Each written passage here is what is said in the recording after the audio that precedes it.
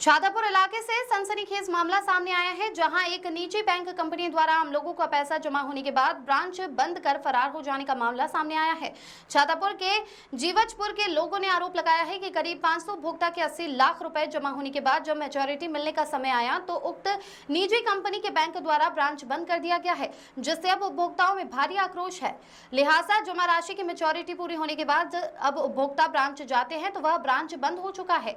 लिहाजा लोग निराश लौट रहे हैं। लोगों का आरोप है कि मेहनत मजदूरी कर वे लोग किसी तरह इस बैंक के शाखा में पैसा जमा किया ताकि मैच्योरिटी होने पर एक मुश्त राशि नहीं मिल पाए, लेकिन ब्रांच बंद हो जाने से लोगों में भारी आक्रोश है। उक्त निजी बैंक में कार्यरत एक मोटिवेटर अशोक कामत का आरोप लगाया है कि सिर्फ छातापुर इलाके से करीब 500 उपभोक्ताओं का 80 लाख रुपए जमा है। इसके अलावा अन्य जिले के उपभोक्ताओं की राशि भी मिला दे तो करीब 3 करोड़ की राशि उक्त बैंक के नरपतगंज शाखा में जमा किया गया है। ब्रांच बंद होने के बाद अब तमाम उपभोक्ता भुगतान के लिए दर-दर की ठोकर खा रहे हैं। हालांकि उन्होंने कहा कि इसको लेकर उन्होंने नरपतगंज थाना में लिखित शिकायत भी किया है, लेकिन कोई पहल नहीं हो रही है। ग्रामीणों की शिकायत पर मौके पर पहुंचे वीआईपी नेता संजीव मिश्रा को ग्रामीणों ने इस पूरे मामले की जानकारी दी। ग्रामीणों की बात सुनने के बाद वीआईपी नेता संजीव मिश्रा ने कहा कि लोगों की गाढ़ी कमाई जमा होने के बाद जिस तरह बैंक का ब्रांच बंद कर दिया गया है, इसमें धोखाधड़ी की बात सामने आ रही है। उन्होंने कहा कि वे इसकी शिकायत अब उच्च अधिकारी से करेंगे ताकि प्रशासनिक स्तर से पहल हो सके और लोगों को उसका जमा राशि का भुगतान हो सके। स्थानीय लोगों ने सरकार से भी इस दिशा में पहल की गुहार लगाई है।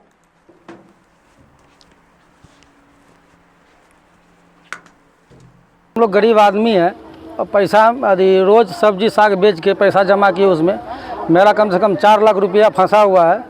इसका समय मार्च 2025 मार्च में पुर गया।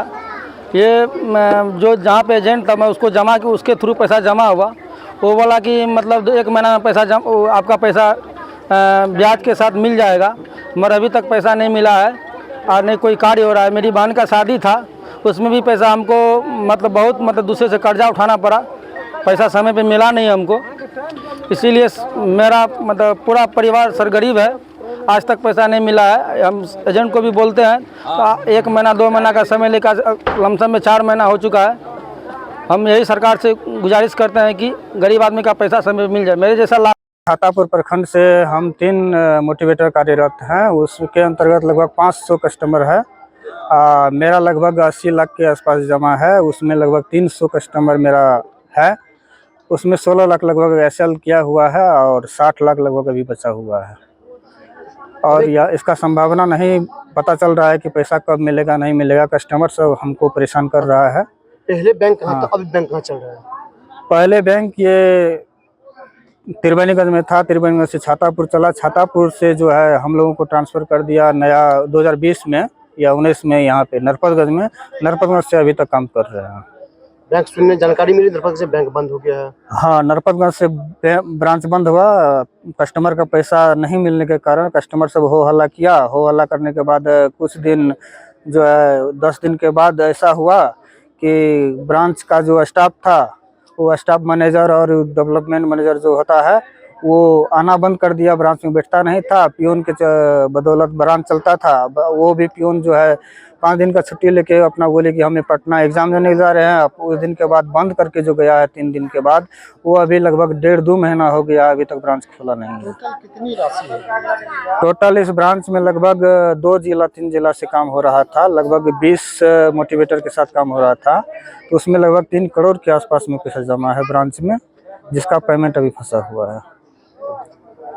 इन लोगों को पैसा नहीं दिया गया और ये बताया गया कि भाई हमने ऋण दे दिया है दूसरी ब्रांच में, तीसरी ब्रांच में, जबकि नियम है कि जहां से पैसा आपने डिपॉजिट लिया है उसी ब्रांच के द्वारा 75 से 90% का लोन लाभुक को मिलना चाहिए।